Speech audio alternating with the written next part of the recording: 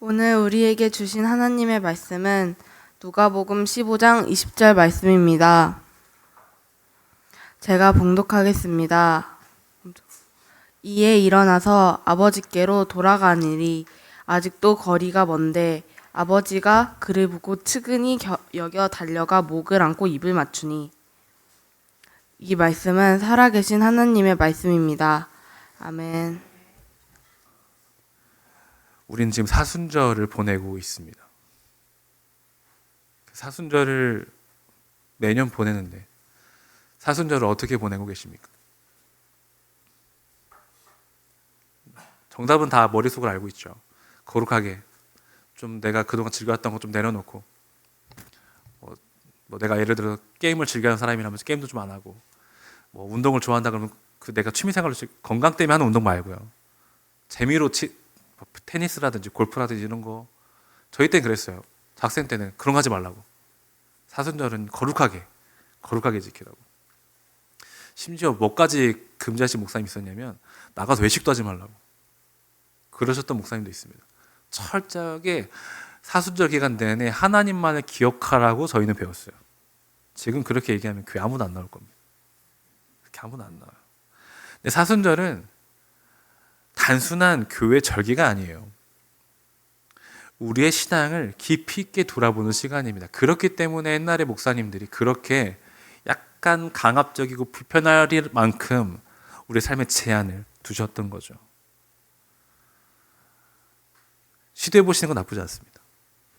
집에 가셔서 내가 좀 좋았던 것들 내려놓고 내가 정말 이 사순절 기간 동안에 하나님을 만나기 위해서 철저하게 더욱더 말씀을, 내가 놀던 시간에 더욱더 말씀을 보고 내가 즐기던 뭔가를 하는 시간에 기도를 하고 내가 TV를 보고 유튜브를 보는 그 핸드폰을 보는 시간 동안에 내가 말씀을 청종하겠다 라는 마음가짐으로 실천하신다면 이 사순절이 정말 큰 은혜로서 여러분 삶을 변화시킬 것입니다. 나는 지금 하나님과 얼마나 더 가까이 살고 있는가, 나의 마음은 하나님께 향해 있는가, 혹시 하나님보다 더 사랑한 것이 생기지는 않았는가, 그런 것들을 이 사순절 기간 동안 다시 한번 생각해 보시기를 바라요. 성경에는 하나님께 다시 돌아오는 이야기가 있습니다. 되게 유명한 이야기죠. 오늘 이야기는 탕자에 관한 이야기입니다. 탕자. 이 이야기는 단순한 한 가정의 갈등을 얘기하고 있는 말씀이 아니에요. 우리 모두의 이야기인 것이죠. 우리 한 명 한 명이 다 탕자인 거예요. 사순절은 하나님께 돌아오는 그런 기간입니다. 우리 마음이 잠시 딴 데로 가 있었더라 하더라도 이 사순절을 통하여서 마치 탕자가 아버지께 돌아가는 것처럼 우리 또한 하나님께 돌아가야 하는 것이죠. 생각해보면 인간은 하나님을 떠나는 존재예요. 너무 쉽게 떠나요. 교회를 아예 벗어나는 걸 얘기하는 게 아닙니다. 나 이제부터 하나님 안 믿을 거예요. 탁 못 받고 떠나는 걸 이야기하는 것이 아닙니다. 그냥 일상생활에서 우리는 너무 쉽게 하나님을 잃어버리고 우리의 이익과 유익을 위해서 나아가거든요. 그런 것들, 모든 것들이 다 하나님을 떠나는 행위라고 말할 수 있습니다. 그런 우리를 바라보시고 하나님께서 이렇게 얘기하시죠. 돌아오라. 그리고 하나님께서 그 돌아오라 말씀과 함께 우리를 간절하게 기다리고 계세요.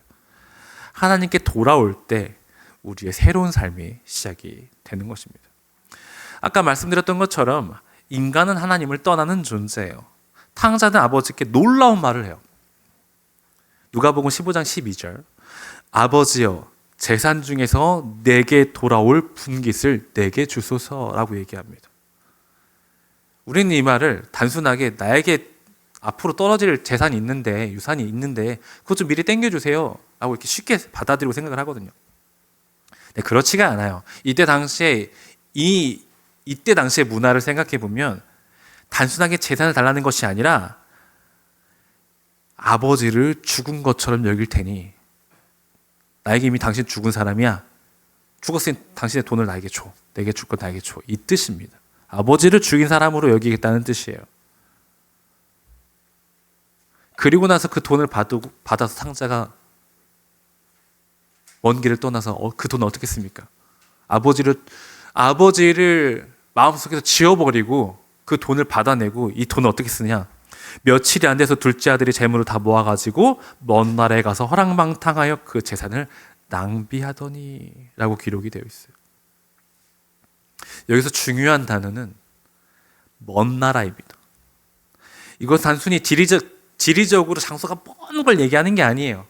아시겠지만 하나님을 떠난 삶을 얘기합니다. 그 하나님을 떠나서 자기에게 주어진 모든 것들을 낭비한 거예요. 하나님께 주셨던 모든 것들을 낭비한 거예요. 인간의 가장 큰 문제는 이것이죠. 하나님을 떠난다는 것. 성경은 인간의 상태에 대해서 이렇게 설명합니다. 우리는 다 양 같아서 그릇 행하여 각기 제 길로 갔거늘. 다 제 갈 길로 갔다는 거예요. 근데 이게 맞느냐? 아니죠. 그릇 행하여, 잘못 행하여 자기 길로 갔다는 거예요. 양들이 그렇게 가면 길을 잃어버리죠. 길을 잃어버리죠. 양들이 길을 잃는 이유는 간단하죠. 자기 길을 가기 때문에 그래요. 아니면 그 강아지를 뭐라 그러죠? 양치는 강아지들. 용어가 있던데. 네. 보더콜리 같은 강아지들이 막 양을 몰잖아요. 네. 보더콜리가 아닌가요? 네, 하여튼 뭐 용어가 있는데 제가 적어놓고 까먹었습니다. 네. 적어놓고 그 원고는 안 가져왔어요. 근데 어쨌든 그 강아지들이 양을 인도하는 그 무리를 따라가든지 아니면 목자가 막대기를 들고 오 하는 그 소리를 듣고 따라가야 돼요. 근데 안 가요. 꼭 말 안 듣는 아이들이 한두 명씩 발생을 합니다. 우리도 마찬가지죠. 말을 안 들어요. 하나님보다 돈을 더 사랑하고 하나님보다 성공을 더 사랑하고 하나님보다 세상을 더 사랑하고 말죠. 그렇게 우리는 하나님과 멀어지는 겁니다. 결국 탕자의 인생에 대해서 저 인생 밑바닥으로 떨어지는 거예요. 그것에 대해서 누가복음 15장 16절에 이렇게 기록되어 있습니다. 그가 돼지 먹는 쥐염 열매로 배를 채우고자 하되 주는 자가 없더라. 유대인에게 돼지는 어떤 동물입니까? 가장 부정한 동물이에요. 그런데 그 돼지를 치는 신세가 되었고 그 돼지가 먹는 쥐염 열매 그것마저도 못 얻어먹는 삶이 된 것이죠. 아까 제가 말했지만 하나님께서 멀어져서 인생 밑바닥 떨어진다고 하는 게 단순하게 경제적인 모든 것을 잃어서 아주 빈곤하게 가난하게 살아가는 그것만 얘기하는 것이 아닙니다. 마음이 부정하여지고 내가 하고 싶지 않은 일을 억지로 해야 되며 마음이 평안함이 없는 삶. 그것이 바로 하나님을 떠난 삶의 결과이죠.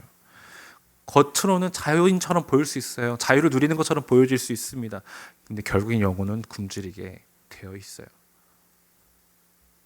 아무리 교회를 밖을 벗어나서 내가 뭔가를 열심히 한다고 한들, 그래서 경제적 자유를 누리고 뭔가 많은 이득을 취했다고 한들 내 영혼이 굶주려 버리면 그것이 다 무슨 소용이 있겠습니까?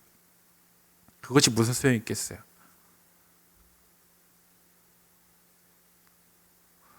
막 아득바득 돈을 열심히 버는 사람들을 향하여 가끔 이런 얘기 하죠. 뭐 그 돈 다 싸들고 천국 갈래? 막 그런 얘기 하잖아요. 그 돈 다 싸들고 천국 못 가거든요. 막 명예와 부가 있고 내가 세상적으로 막 엄청난 명성을 얻었다 한들 죽을 땐 다 똑같거든요. 죽을 땐 다 똑같습니다. 영혼이 굶주리면 어차피 똑같이 죽어서 다른 결과물을 얻게 되는 것이죠. 죽는 건 똑같아요. 내가 천국 가느냐 지옥 가느냐 그 엄청나게 큰 차이가 거기서 발생을 하는 거죠.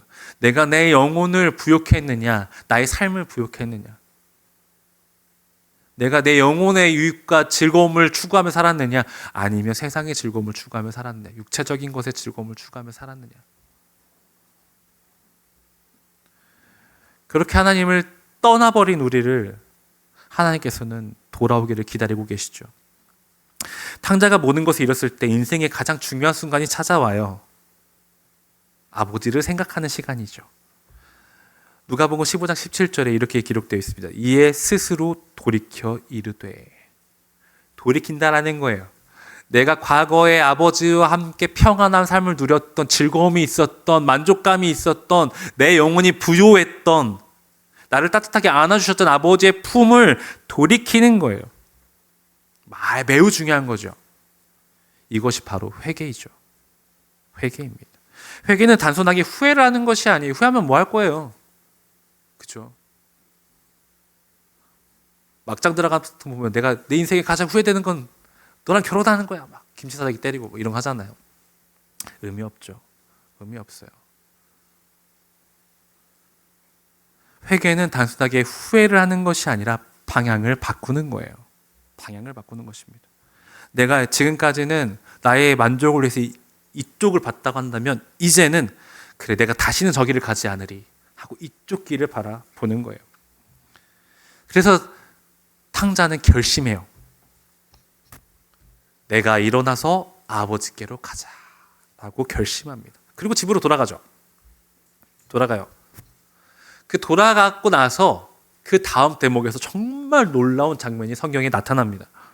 누가복음 15장 20절에 이렇게 기록되어 있어요. 아직도 거리가 먼데 아버지가 그를 보고 치긴이 여겨 달려가 목을 안고 입을 맞추니. 얼마나 은혜롭고 놀라운 장면입니까?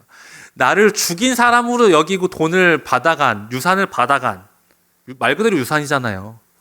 내 분깃. 아버지가 죽고 나서 나에게 떨어질 분깃을 받아갔다는 건 유산을 받아간 거예요. 아버지의 죽음을 이미 인정한 거란 말이죠. 근데 그 아버지가 거리가 먼데 그 탕자의 몰골이 어땠겠어요? 내가 귀하게 여겼던 그 아들의 몰골이 아니었을 거란 말이에요. 세상의 모진 풍파를 다 겪고 아주 엉망이 될 대로 엉망이 된 그런 아들이었단 말이죠. 근데 그를 한눈에 알아보고 그 먼 거리 한눈에 알아보고 막 달려가는 거예요. 그리고 그 목을 안고 입을 맞추는 거예요. 굉장히 지저분할 텐데 그건 중요하지 않죠. 냄새가 날 때는 중요하지 않죠. 안고 입을 맞춰주는 거예요. 여기서 우리는 하나님의 마음을 보죠. 아버지는 먼저 보았고 달려갔고 끌어안았어요.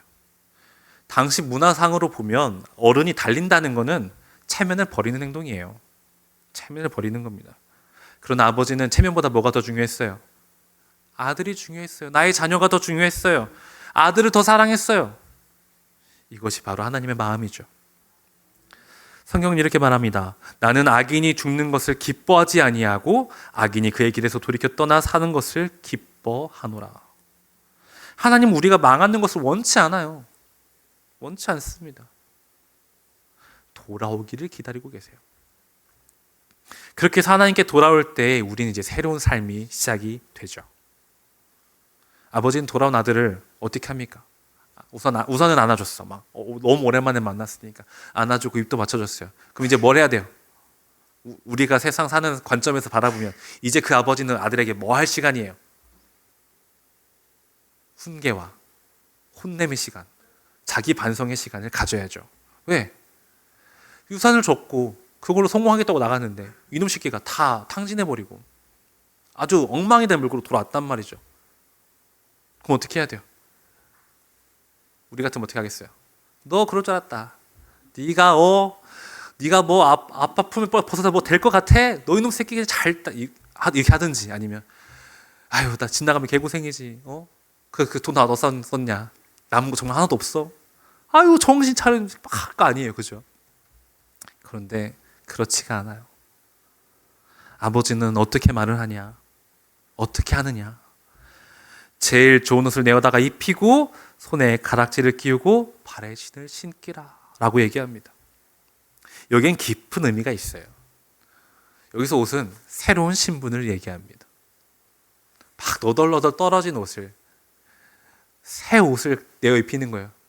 저기 되지나치는 불황자의 신분에서 아버지 아들이 되는 거예요.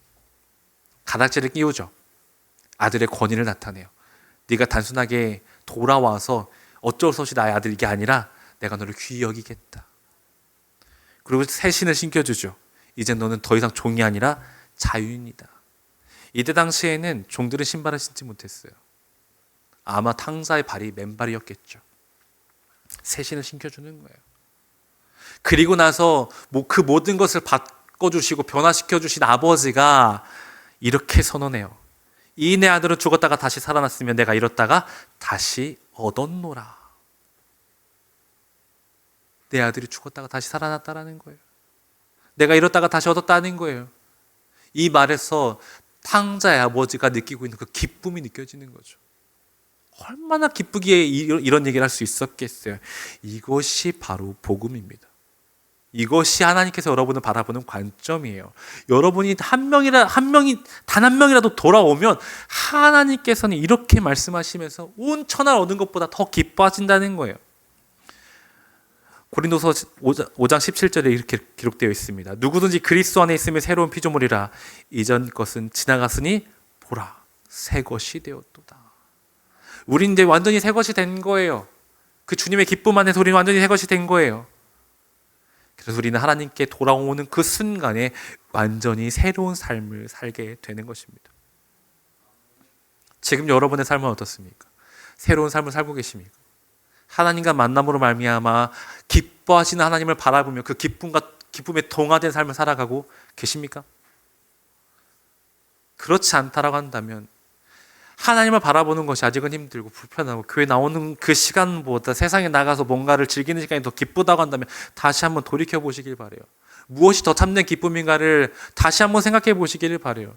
나의 삶이 영원할 것 같고 오래 지속될 것 같고 내가 못해도 90살, 100살까지 살겠지라고 장담하고 계신다면 아닙니다. 그렇지 않아요.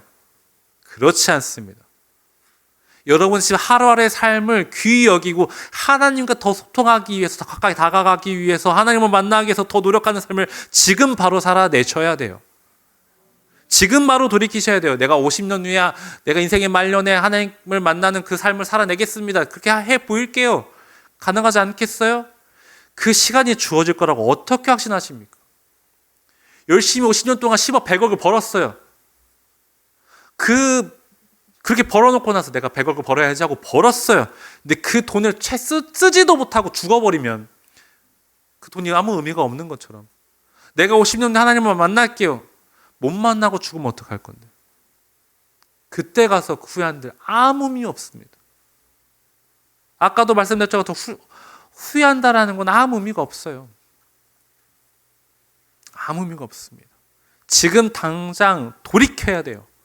회개하고 돌이켜서 나의 잘못된 부분을 돌이켜서 이제는 완전히 새로운 것을 추구하며 살아야 돼요. 하나님을 추구하며 살아야 돼요. 예수 그리스도를 기억하고 떠올리며 그분을 나타내는, 증명해내는 삶을 살아가기 위해 지금 당장 돌아오셔야 되는 거예요.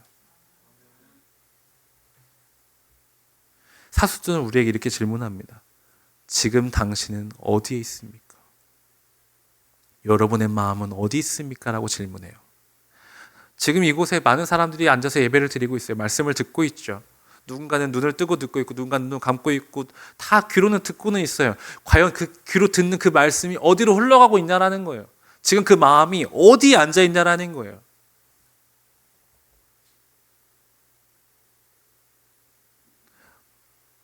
저는 최근에 드라마나 이런 걸 잘 보지 않아요.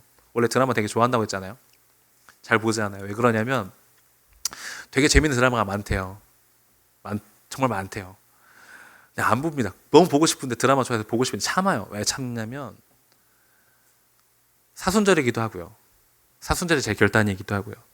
제가 설교를 준비하고 막 하잖아요. 이 설교를 준비하면서 자꾸 예화가 드라마들이 들어가는 거죠. 그리고 기도할 때도 자꾸 드라마 장면들이 생각이 나는 거예요. 찬양할 때도 마치 이 찬양은 이 드라마의 한 장면 같아. 막 그것들이 생각이 나는 거죠. 심지어 대예배 때 목사님이 설교를 하시면 그 설교 내용을 듣고는 있는데 어제 본 드라마가 이 장면이 참 재밌었어. 그 드라마들이 생각이 나는 거죠. 그래서 안 봅니다. 안 봐요. 안 보기로 했어요. 원래 핸드폰으로 저는 게임하는 것도 좋아합니다. 좋아했었어요. 게임이라고 딱 하나 하는데 그것도 요즘 안 합니다. 왜 하냐면 예배를 드리는 그 시간에 내가 어떻게 하면 그 게임 캐릭터로 어떻게 하면 더 이길까를 생각을 하는 거죠. 막 머릿속 전략을 짜는 거예요. 그런 말도 안 되는 짓을 하고 이 앞에 앉아서 하고 있는 거죠. 어떻게 이길 수 있지? 핸드폰을 꺼내 보지는 않지만 그러면 목사님이 20분, 30분 말씀을 전하실 때 실제로 듣는 건 얼마냐? 채 10분도 되지 않아요. 10분도 기억이 남지 않아요. 그래서 목사님 꼭 한 주 지나고 나서 물어보시잖아요. 저번 주 우리가 말씀을 이렇게 나눴습니다. 아무도 기억 못해요. 아무도 기억 못해요. 당연하죠. 당연하죠. 우리에겐 그만큼 즐거운 것들이 너무나 많아요. 말씀보다 뇌리에 박혀가지고 나를 이끌어가는 존재들이 너무나 많다고요. 단순히 그런 즐거움을 떠나서 이 시간에 내가 일을 하나 더 잡으면, 친구들과 놀면, 운동을 하면 얼마나 즐거울까, 행복할까.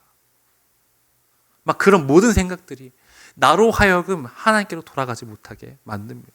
그러니까 이 시간이 되게 힘든 거예요. 힘든 거예요.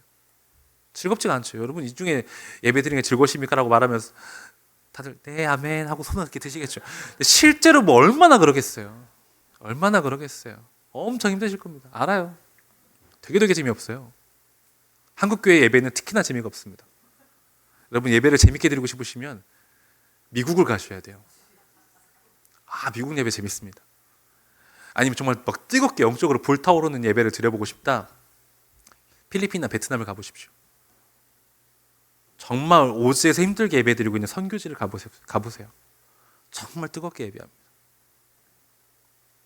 근데 그러고 싶지 않잖아요. 편안하게 앉아있다 가고 싶잖아요. 그것이 우리네 마음이잖아요. 그 미국에 그 흑인들이 모여서 예배드리는 곳들을 가보시면, 물론 우리를 잘 받아줄 줄도 않아요. 근데 가보시면 깜짝 놀라실 거예요. 모든 교회가 다 그런 건 아니지만 몇몇 유명한 교회들은 절대 앉아있지 않아요. 절대 앉아있지 않습니다. 찬양할 때, 기도할 때, 말씀 드릴 때 그들은 앉아있지 않아요. 막 거룩하게 서서 들은다는 게 아니에요. 흥이 나서 어떻게 주체를 못해요.